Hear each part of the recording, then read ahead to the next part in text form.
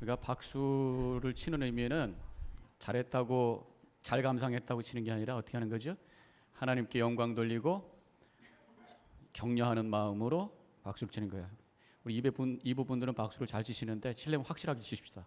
다시 한번 치세요. 하나님께 영광입니다. 기도하십시다. 하나님, 오늘 저희들 이제 하나님의 말씀 듣기를 원합니다. 귀만 여는 것이 아니라 우리의 영혼을 열게 해주시고 그 말씀이 내 안에 들어왔다 흘러나가게 하지 말게 하옵시고 그것이 결단이 되고 그래서 삶이 움직여 나갈 수 있도록 주님께 가까이 갈 수 있도록 주님 도와주시옵소서. 성령께서 직접 가르쳐 주시고 깨닫고 느끼게 해 주시옵소서. 예수님의 이름으로 기도하옵나이다. 아멘. 인사 잠깐 나누세요. 주님의 평강이 함께 하시기 바랍니다. 베푼하고 기도 나누시고.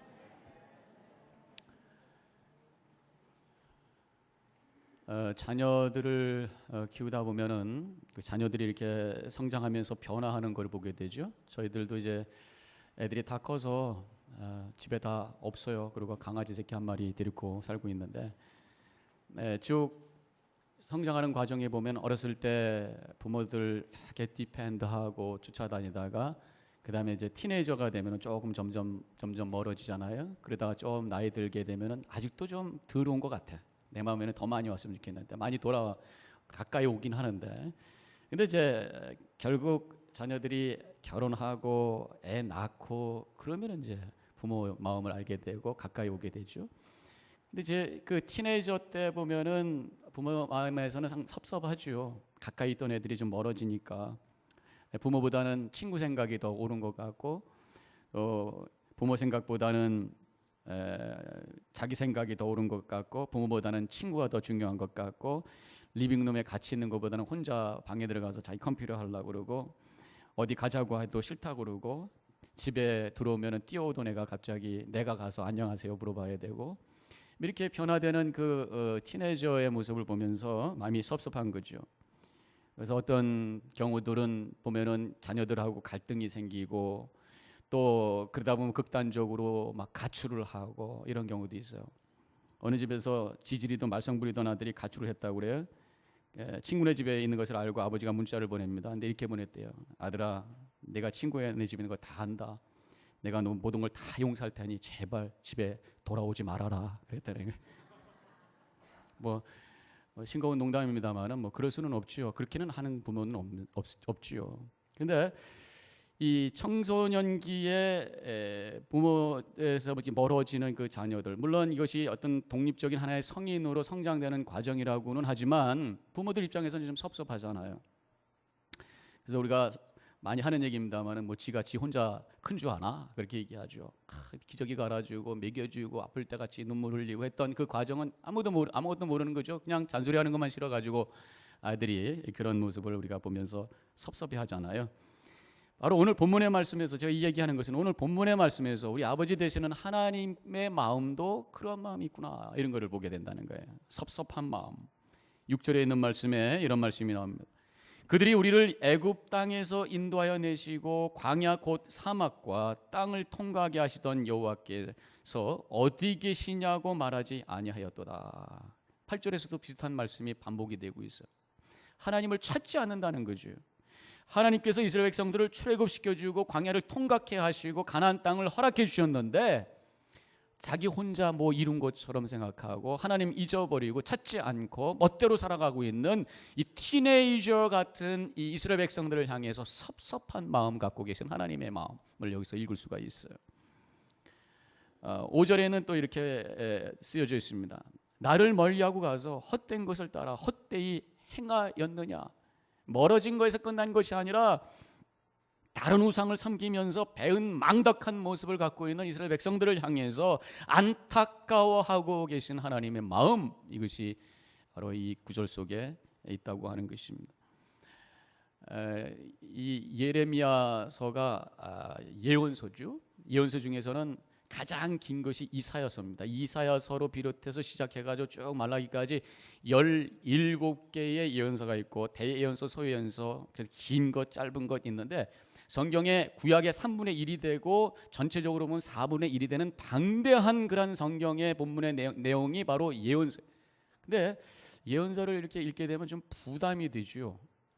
막 이렇게 하나님께서 야단을 치는 것 같고 심판에 대한 메시지가 나오고 죄에 대한 그런 기적이 나오고 그래서 부담이 되어서 성경을 막 통독하다가도 보면은 예언서는 좀 스킵하고 싶은 마음이 생길 수도 있어요. 그런데 우리가 사실은 그 예언서의 말씀 속에 있는 하나님의 그 좀 본심을 알아야 돼. 하나님의 본심은 니들 그냥 잘못됐으니까 한번 얻어 맞아봐라 그러면서 막 저주하고 벌 주겠다고 하는 그런 마음이 아니라 좀 나한테 좀 돌아와 줘라, 가까이 좀 와라 라고 하는 안타까운 마음으로 이스라엘 백성들을 또 믿는 자들을 초청하시는 하나님의 음성으로 우리가 들어야 된다는 거죠. 우리가 영성이라는 얘기를 참 많이 하는데 이 영성이라고 하는 것은 하나님과 우리와의 그 간격을 얘기하는 것입니다. 그래서 영성이 깊다라고 하는 것은 하나님과의 관계가 점점 깊어지는 걸 얘기하는 거예요. 그래서 영성의 목표가 뭐냐? 하나님과 내가 하나 되는, 내 안에 하나님 계시고 내가 하나님 안에 있고 하나님과 완전히 하나 되는, 그것이 우리의 영성의 목표라는 거예요. 그래서 갈라디아서 2장 20절에서 잘 알고 있는 구절이죠. 내가 그리스도와 함께 십자가에 못 박혔나니 그런즉 이제 내가 산 것이 아니요 내 안에 그리스도께서 사신 것이라. 이제 내가 육체 가운데 사는 것은 나를 사랑하사 자기 몸 버리신 하나님의 아들을 믿는 믿음 안에서 사는 것이다. 이 말씀이 뭐예요? 완전히 내가 주님과 하나가 됐습니다. 그래서 이제 나의 사는 목표가 육신적인 것을 추구하는 것이 아니라 주님의 뜻을 추구하는 삶의 방향으로 바뀝니다 라고 하는 그 고백이에요. 바로 이것이 영성이 이루어진 영성의 목표가 바로 이 모습이라고 하는 것입니다. 오늘 우리가 이제 예레미야 선지자를 통해서 주시는 그 말씀을 우리가 듣게 되는데 오늘 말씀을 통해서 우리가 받아야 되는 메시지는 뭐냐? 하나님께서 우리에게 지금 말씀해 주시는 그 중심 메시지가 뭐냐? 가까이 오라. 가까이. 너희들 지금 가까이 오라. 가까이 오라. 그래서 오늘 본문의 말씀을 통해서 그럼 어떻게 하는 것이 하나님께로 가까이 가는 것이냐라는 것을 찾아서 세 가지로 요약을 좀 해보려고 합니다. 첫 번째로는 하나님께 가까이 가기 위해서는 하나님이 누구신 줄을 알아야 된다. 하나님께 가까이 가는 첫 단계는 하나님이 누구신지를 알고 고백하는 것으로부터 시작이 된다. 하나님을 잘 알아야 하나님께 가까이 가게 된다. 5절에 있는 말씀에 이런 말씀이 있습니다. 우리 다 같이 함께 크게 읽겠어요. 시작. 내게서 무슨 불의함을 보았기에 나를 멀리하고 가서 헛된 것을 따라 헛되이 행하였느냐. 무슨 말씀이에요? 하나님이 내가 너희들한테 도대체 뭘 잘못한 게 있니? 근데 니들 왜 그렇게 하고 있니? 그 얘기는 뭐예요? 나를 도대체 잘 알고 있는 거야? 잘 모르기 때문에 니들이 나를 지금 제대로 가까이 나를 향해서 오지 못하고 있는 건 아니냐? 하는 그런 하나님의 탄식의 말씀이라고 볼 수가 있습니다. 왜 내 마음을 그렇게도 모르냐라고 하는 그 안타까운 그 부모의 심정이라고 할 수가 있겠어요. 우리가 자녀들을 키우다 보면은 기대하는 것이 있죠. 그러다 보면 잔소리를 하게 되고, 그런데 아이들은 그 부모의 진심보다는 그저 겉모습을 보게 되다 보니까 또 성장하면서 자기들의 생각이 있다 보니까 그냥 잔소리 듣기 싫은 거예요. 그 부모가 불편해지는 거예요. 좀 떨어지고 싶은 거예요. 그런데 물론 성숙한 아이들은 부모의 본심을 알게 되고 부모가 누군지를 알게 되고 그래서 부모 곁에서 함께 교제하고 사랑하면서 가까이 있게 되지만 좀 미성숙한 티네이저 그러면 그 잔소리만 듣기 때문에 그 본심을 모르는 거예요. 사실 그 부모의 책임도 있습니다. 우리 부모가 자녀들을 키울 때에 내가 누군지를 알려줄 필요가 있다는 거죠. 뭐 나는 고한승이다 알지 내 딸아? 이거 아니죠. 내가 지금 어떤 생각을 하고 있고 어떤 고민을 하고 있고 내 아픔은 뭐고 내 슬픔은 뭐고 내 기쁨은 뭔지 내 속에 있는 것을 함께 나누고 쉐어하면서 그러면서 대화할 때에 자녀가 부모의 본심을 이해하게 되고 누군지를 알게 되고 그러면서 가까이 옆에 와겠다는 거예요. 근데 우리는 나는 안 하니 내가 누군지는 알려주지는 않고 잔소리만 해요. 너 왜 이렇게 하냐 왜 저렇게 하냐 방식이 틀렸다는 거죠. 그래서 자녀들과의 관계가 어렵다는 거예요. 영적으로 보면 우리가 마치 방황하는 청소년과 같지 않은가.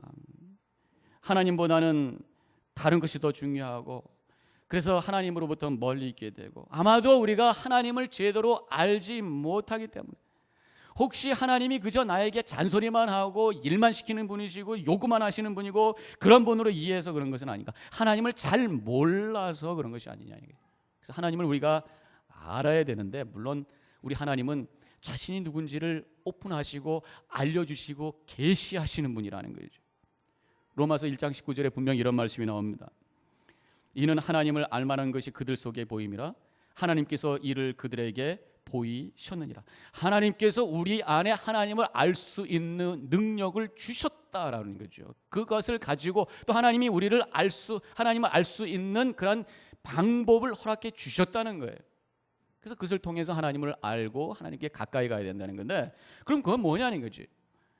그래서 먼저 그 로마서 1장 19절 그 이후에 이어지는 말씀을 통해서 볼 수 있는 것은 자연을 통해서 우리는 하나님을 알 수 있다는 거예요.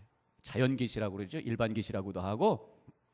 로마서 1장 20절에 있는 말씀 같이 함께 읽겠습니다. 시작.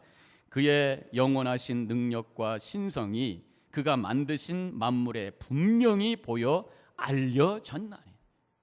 하나님의 피조물, 이 자연과 모든 만물 속에 하나님을 알 수 있는 길을 열어 놓으셨다는 거예요. 이번에 한국 갔을 때 뭐 친구도 만나고 가족도 만나고 참 좋았어요. 맛있는 것도 먹고. 그런데 역시 미국을 오고 싶더라고요.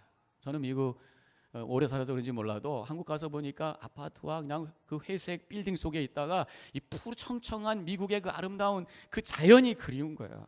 좀 혼자 이렇게 걸을 수도 있고 심호흡할 수 있는 그 자연, 이것이 그렇게 그리웠더라고요. 우리가 미국에 사는 그 축복 중에 하나가 이런 자연 만물 속에서 아름다운 그런 꽃을 보고 푸른 나무를 보고 새소리를 들으면서 하나님의 임재 속에 살 수 있다고 하는 것이 얼마나 큰 복인지 몰라요. 이제 가을이 되니까 시간 좀 내시라고요. 그래서 좀 걸어 다니시면서 그냥 좋다만 아니라 그냥 운동하기 위해서 땀만 뻘뻘 흘리지 마시고 영혼을 여시고 이 자연 속에서 나에게 보여주시는 하나님의 그 신성, 하나님의 그 성품, 하나님의 그 생명, 하나님의 그 사랑, 은혜, 이것을 좀 느껴보시죠. 제가 한번 언제 간증했죠? 제가 말씀 묵상하다가 마음에 감동이 되면서 영혼의 문을 열었더니 푸른 잔디가 하나님의 생명이고 꽃이 하나님의 웃음이고 나뭇가지가 하나님의 손짓이고, 그래서 온통 세상에 하나님의 임재와 그 생명 속에서 너무너무 감격스러워서 눈물을 흘리면서 걸어갔던 적이 제가 있었다는 말씀을 드렸잖아요. 하나님은 이 자연 속에서 자신을 계시하시고 우리를 알려주신다고 분명히 말씀하셨어요. 또 한 가지는 역시 성경을 통해서 하나님이 우리를 계시하시고 자신을 알려주시잖아요. 성경에는 하나님이 자신이 누구신지를 직접 말씀하신 그런 말씀들이 참 많이 나옵니다. 그중에 대표적인 것이 모세가 하나님을 향해서 지금 바로에게 가서 이 하나님 당신이 누구라고 말씀을 드립니까? 했을 때 창세기 3장 14절에서 나는 스스로 있는 자라 I am who I am 하면서 자신이 누군지를 가르쳐 주셨고, 또 성경에는 많은 부분에서 많은 그런 사람들이 하나님을 향한 그 고백을 거기다 실어놨어요. 시편에 있는 말씀들이 다 하나님을 향한 고백이에요. 시편 23편 1절에 여호와는 나의 목자시니 내게 부족함이 없으리로다. 또 성경에 많은 사건들이 있습니다. 그 사건들을 통해서 하나님이 누구신지를 계시하시죠. 구약의 가장 대표적인 사건이 뭐예요? 출애굽, 우리를 자유케 하시고 풀어주시고 인도하시는 하나님. 또 성경에는 많은 이미지들이 있잖아요. 하나님은 영이시기 때문에 안 보이시기 때문에 보이는 어떤 것으로 하나님을 설명하잖아요. 하나님은 요새시고 선한 목자시고 산성이시고 반석이시고 그렇게 쫙. 그래서 성경을 읽을 때 우리가 꼭 질문해야 될 게 뭐냐? 하나님 당신 누구십니까? 또 한 가지, 제가 오늘 그 설교 이야기에는 2가지만 써놨는데 3을 딱 넣으셔가지고 거기다가 하나 쓰셔야 돼요. 한 가지 더, 자연을 통해서 성경을 통해서 또 한 가지는 우리의 신앙의 체험을 통해서 하나님이 누구신지를 알게 된다는 거예요. 우리의 삶의 여정 속에서 여러 가지 어려움과 고난 속에서 기도하다가 성령의 충만함 속에서 성령의 도우심 속에서 하나님을 체험하게 되고, 그래서 내가 경험한 하나님은 이러한 하나님입니다라고 얘기할 수 있는 그 간증들이 있어요. 성령께서 깨닫게 해주시는 거예요. 고린도전서 2장 10절에 이런 말씀이 나옵니다. 오직 하나님이 성령으로 이것을 우리에게 보이셨으니 성령은 모든 것 곧 하나님의 깊은 것이라도 통달하시는, 이미 예수님을 내가 믿었기 때문에 내 안에 성령님이 계시고 그 성령께서 보혜사로 나를 도와주셔서 하나님이 누구신지 진리가 무엇인지를 깨닫고 알게 해주신다는 거예요. 그것을 믿고 그러니까 성령님의 도우심을 구하면서 기도하며 나가는 거죠. 그럼 하나님에 대한 그런 체험과 은혜를 우리가 알게 되는 것이죠. 처음에 제가 교회를 이렇게 가면은 꼭 그런 분이 있습니다. 목사님, 저 사람은 어떻고 저 사람은 어떻고 얘기를 많이 해요. 근데 참고는 하지만 저는 그걸 믿지 않습니다. 사람마다 누구와 만나는 때에 따라서 경험이 달라요. 그 사람에 대해서 이 사람은 이렇게 경험할지 몰라도 나는 또 다르게 경험할 수 있는 거예요. 그래서 그 사람과 대화하고 만나는 중에 그분이 누군지 아는, 마찬가지로 성경에도 하나님에 대해서 많은 사람들이 체험하고 고백한 내용이 있지만 또 내가 직접 하나님의 임재 속에서 성령의 도우심 속에서 하나님을 알 수 있고 그 하나님과 함께 영적인 교제 속에서 우리가 살 수가 있는 거란 말이죠. 하나님을 알 때 진정으로 예배하게 되고 또 하나님을 향해 진정으로 깊이 교제하게 되면서 더 가까이 다가가는 그런 놀라운 축복이 우리 가운데 있게 되는 거예요. 믿으시길 주님의 이름으로 간절히 축원합니다. 두 번째로는 하나님께 가까이 가기 위해서는요, 제가 종종 드리는 말씀입니다만 오늘 말씀에서 또 한 번 이 확인이 되는 말씀인데, 하나님의 은혜를 기억해야 된다는 거예요. 하나님으로부터 멀어지는 이유는 은혜를 잊었기 때문이라는 것이. 7절 다 같이 함께 읽습니다. 시작. 내가 너희를 기름진 땅에 인도하여 그것의 열매와 그것의 아름다운 것을 먹게 하였거늘 너희가 이리로 들어와서는 내 땅을 더럽히고 내 기업을 역겨운 것으로 만들었으며, 하나님께서 가나안 땅을 주시고 거기서 먹게 하시고 은혜 주셨는데, 그런데 와서 그 땅을 더럽혔다. 우상 숭배하면서 하나님을 잊어버리고 하나님의 그 은혜를 잊어버리고 마음대로 사는, 은혜를 더럽히고 은혜를 싸구려로 만드는 이스라엘 백성들, 은혜를 잊어버린 이스라엘 백성들 향한 하나님의 탄식의 그 마음이 이 구절 속에 있는 거예요. 철든다는 얘기 많이 하잖아요. 철드는 게 뭡니까? 제가 한번 그 철든다라고 하는 것에 대한 정의를 내렸던 적이 있는데, 철든다는 것은 부모의 은혜를 알게 되는 거예요. 부모에게 감사하는 마음을 갖게 되는 것이 철드는 거예요. 어렸을 때는 부모의 소리가 잔소리 같지만요, 철들면서 때로는 그 잔소리가 듣고 싶은 때야. 제가 군대 가서 아플 때 그 어머니가 잔소리했던 것이 얼마나 그리워지는데, 내가 아플 때는 어머니가 와서 야, 밥 많이 먹어야 된다, 나가지 마라, 약 먹어라 막 했을 텐데 아무도 그런 소리 안 하니까 어머니 잔소리가 그렇게 그리워져. 또 어렸을 때는 어머니가 나를 위해서 울며 기도하는 것이 왜 이렇게 울며 기도하시나 그런 생각이 들었던 적이 있어요. 우리 어머니는 그냥 잘 우셔요. 눈물의 여왕이라고 우리가 별명을 붙였는데, 어렸을 때는 그게 좀 부담이 되더라고요. 청승 맞으신 것 같기도 하고. 근데 지금은 큰 눈물이 나를 지금 이렇게 하나님의 은혜로 인도하시게끔 하신 그 귀한 눈물이셨구나 라는 생각으로 감사하는 마음을 갖게 돼요. 그러니까 저도 좀 철이 든 것 같아요.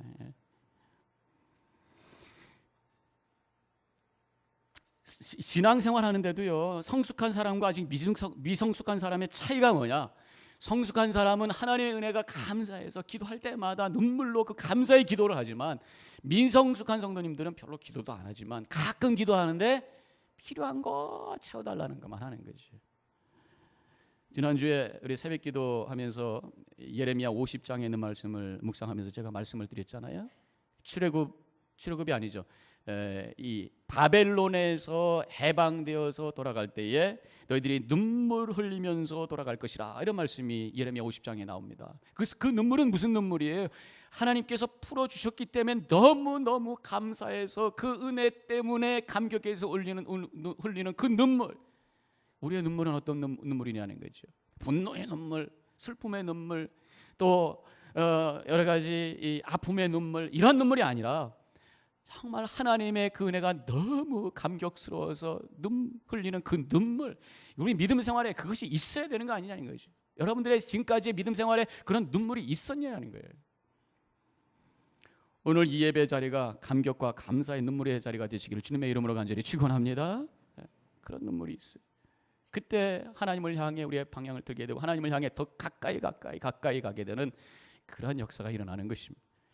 마지막으로 한 가지 더 하나님께 가까이 가기 위해서는 죄를 인정하고 회개하라. 우리를 묻고 있는 죄를 잘라내고 나가야 되는 거예요. 13절에 있는 마지막 말씀, 마지막 구절에 있는 말씀 같이 함께 읽겠습니다. 내 백성이 두 가지 악을 행하였나니 곧 그들이 생수의 근원이 되는 나를 버린 것과 스스로 웅덩이를 판 것인데 그것은 그 물을 가두지 못한 터진 웅덩이들이라 말씀이 나와 있어요.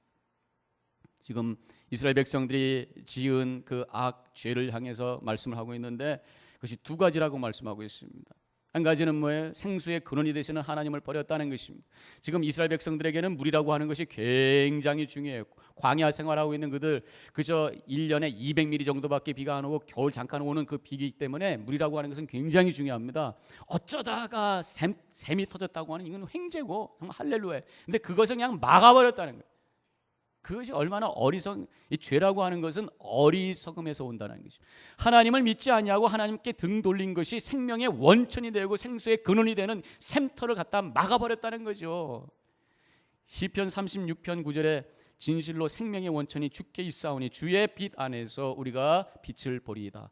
하나님이 우리의 생명의 원천이라고 했는데 그것을 없애버리고 사나요. 그래서 하나님을 믿지 않는 것이, 하나님을 외면하는 것이 단순히 종교를 버리고 믿음을 버린 정도가 아니라 생명의 근원을 없애버리는 그런 상태라는 거죠. 그래서 하나님 없는 사람들은 결국 영적인 갈증 속에 살게 되는데 그 영적인 갈증을 채우기 위해서 막 헤매기 시작하면서 만들어내는 것들이 바로 죄된 모습이라는 거죠. 어떤 세상의 쾌락으로 먹고 마시는 것으로 그러다 보면 죄악에 빠지게 돼요. 그래도 지금 건강한 방법으로 그 갈증을 채우려고 사람들이 시도하는데 그 첫 단계가 뭐냐? 그 예술의 단계다, 미학적 단계다 그렇게 얘기를 합니다. 그러나 그것도 한계가 있다. 그 다음 단계는 뭐냐? 윤리적이고 도덕적이고 착한 일하고 다른 사람 좀 도와주고 선행하면서 뿌듯하고 싶다. 그것도 그렇지만 다 내 영혼의 그 갈급함을 채울 수는 없다는 거예요. 결국 뭐냐? 바로 지금 얘기하는 것이 키에루케그로라고 하는 그런 철학자가 얘기한 건데 하나님, 종교적인 단계, 하나님 아니면은 내 영혼을 채울 자가 없다는 것이 믿으시길 주님의 이름으로 간절히 축원합니다. 하나님만 내 영혼을 채워주시고 하나님만 내 영혼의 생명을 채워주시는 분이라고 하는. 그런데 이스라엘 백성들이 그 근원을 묶어버리고 그 근원을 버려버리고 갈증 속에 헤매고 있는 거 아니냐 그런 얘기죠. 우리가 하나님으로부터 생수를 받아야 되는데 그 샘터를 묻어버리고 엉뚱한 것을 쫓아다니면서 지금 허우적거리고 헤매고 있는 거 아니냐는 거죠. 또 한 가지 이스라엘 백성들을 향한 말씀은 터진 웅덩이를 판 것이 악이라고 말씀하고 있어요. 터진 웅덩이, 수요 예배 때 제가 말씀 한번 드렸던 것인데 유대 지방은 비가 많이 오지 않기 때문에 그 비 오는 그 우기 때에 겨울에 물을 모아놓는 큰 웅덩이가 있습니다. 땅을 깊게 파가지고 거기다가 휘가루를 발라가지고 그래서 물을 담아놓는 거예요. 그래가지고 여름 동안에 비가 안 올 때 그거 가지고 식수로 쓰기도 하고 또 농사짓기도 하고 그러는 건데 웅덩이가 터졌다는 거예요. 터진 웅덩이라는 게 뭐냐? 밑에가 실링이 안 된 거예요. 그래서 겨울 내내 200mm 온 비 어떻게 막 모아가지고 그 파느라고 고생했죠. 물골 만드느라고 고생했죠. 그래서 다 담아놨더니만 나중에 아버지 텅텅 비었다는 거예요. 애쓰고 열심히 살았지만 헛짓만 한 너희들이 아니냐는 거예요. 왜? 중요한 것을 하지 않았기 때문에. 웅덩이가 뚫리는 것을 막아야 되기 때문에. 아무리 우리가 열심히 살고 아무리 우리가 도덕적인 삶을 살고 아무리 우리가 예술적인 삶을 살고 아무리 세상적으로 성공해도 내 안에 죄의 문제를 해결하지 않고서는 밑빠진 독이라고 하는 거예요. 예수 그리스도의 십자가를 붙들고 내가 죄인인 것을 고백하는 그 믿음. 그래서 히브리서 11장 6절에서 믿음이 없이는 하나님을 기쁘시게 못하나. 아무리 세상 것 많이 가져도 믿음, 하나님을 믿고 십자가 붙들고 나가는 그 믿음의 고백이 없으면은 그것은 다 헛것이라. 이스라엘 백성들을 향해서 니들 지금까지 헛짓하고 살았다라. 그것으로부터 나와서 하나님이 나의 생수의 근원이시라고 하는 것을 고백하고 십자가 붙들고 나갈 때에 거기서 놀라운 축복이 임하게 되는 줄로 믿으시기를 주님의 이름으로 간절히 축원합니다. 그래서 오늘 말씀을 결론적으로 정리를 하면 이렇습니다. 하나님께서 우리에게 원하시는 그 속마음은 뭐냐? 가까이 오시라. 왜? 우리를 사랑하기 때문에. 가까이 가는 첫째 방법은 하나님이 누구신지를 알아야 돼. 그래서 하나님을 내가 알겠습니다 결단하셔야 되고요. 두 번째로는 하나님의 은혜를 기억하며 감사하려고 자꾸만 고백하시고 그 자리로 가셔야 되고요. 세 번째로는 하나님보다 다른 것을 먼저 찾았던, 예수 그리스도의 십자가 붙드는 것보단 세상 것 쫓아다녔던 그것을 내려놓고 주님을 향해 나가겠다 결단하는 귀한 우리 성도님들이 되셔서 믿음 안에 승리하시고 하나님께 영광 돌리시기를 주님의 이름으로 간절히 축원합니다. 기도하십시다.